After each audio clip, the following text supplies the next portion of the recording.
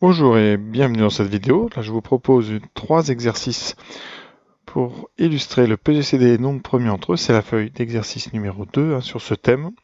Voilà, avec 2 exercices en 2 et 3 un petit peu plus difficiles. Voilà, je vous laisse faire et je corrige immédiatement après. Alors, exercice 1, donc on cherche deux nombres et le PGCD vaut 18. Alors déjà, d'après la caractérisation du PGCD, donc PGCD de AB égale 18, ça signifie donc qu'il existe, je répète, c'est ce que j'ai mis en bas, il existe K et K' premiers entre eux, tel que A égale 18 fois K et B égale 18 fois K'. Voilà, d'où AB vaut 7776, comme A vaut 18K et B vaut 18K', ça veut dire que 7776 vaut 18K fois 18K'. Donc K fois K' vaudra 7776 divisé par 18 au carré. On calcule, ça donne 24.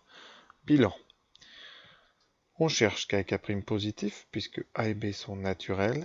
Ils sont premiers entre eux, ça c'est la caractérisation du PGCD, avec des nombres premiers entre eux.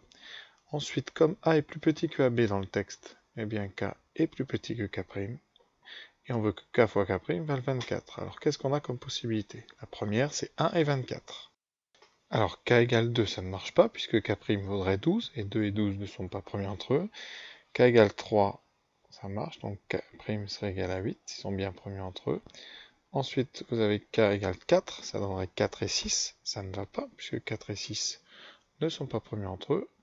Ensuite, vous passez donc à 5, 6, 7, ça ne marche pas, il reste donc K égale 8, mais ça donnerait K' égale 3, et on veut que K soit plus petit que K'. Donc il n'y a que deux couples solutions, et pour avoir les valeurs de A et de B, on multiplie tout cela par 18. Ça nous donne ici A égale 18 pour le premier. Ici, pour le deuxième, ça égale 3 fois 18, donc 54. Et pour les valeurs de B, eh bien, on prend la machine, ça fait 24 fois 18. 432 pour B. Hop. Et ensuite, pour A égale 54, ça donne B égale 8 fois donc 18, qui fait 144. Voilà. Le premier exercice est fini. Passons maintenant au deuxième.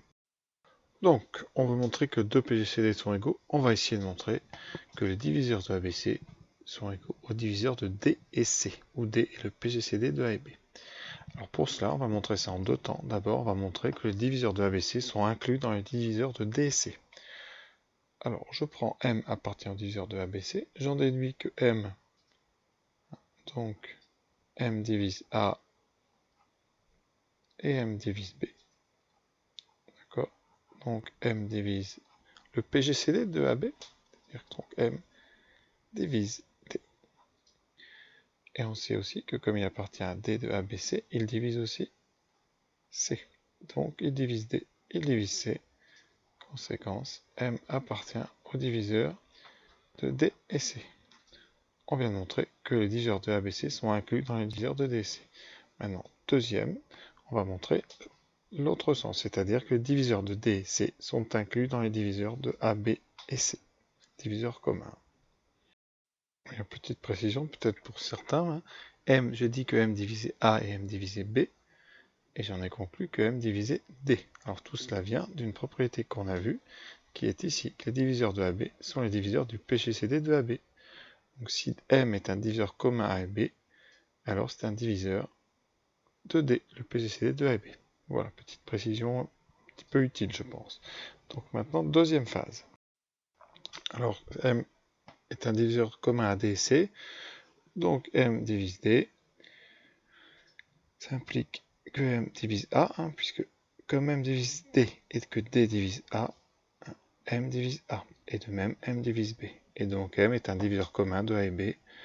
Voilà. Et comme on sait qu'aussi M divise C, puisqu'il est dans les diviseurs communs de D et C, eh bien M est commun à diviseur de A, B et C. On a montré donc qu'un ensemble est inclus dans un autre et que l'autre est inclus dans le premier. Conséquence, les deux ensembles sont égaux. Donc on a montré ce que j'avais écrit ici, que les diviseurs de ABC sont, les diviseurs communs à A, B et C, sont égaux aux diviseurs communs de D et C. Comme les ensembles sont les mêmes, eh bien, le plus grand élément de chaque ensemble est le même. Donc le PGCD de ABC est le même que le PGCD de D et C. Voilà, l'exercice est fini. Passons à l'exercice 3. Exercice 3. Donc on veut montrer une équivalence, si et seulement si. On va donc faire, ici j'ai choisi de faire de A vers B, puis de B vers A. Donc je vais partir de PGCD de AB égale A moins B. Ici, j'utilise la caractérisation du PGCD, ça veut dire qu'il existe K et K' premiers entre eux, tel que, eh bien, donc A vaut A fois moins B, donc A moins B, pardon, fois K, et B vaut A moins B fois K'. Voilà notre première étape.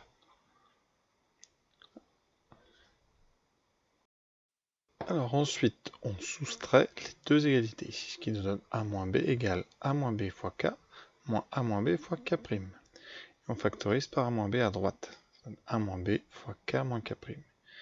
Ensuite, on met tout à gauche par des soustractions et on factorise par A moins B qui nous donne 1 A moins B fois 1 moins K plus K'.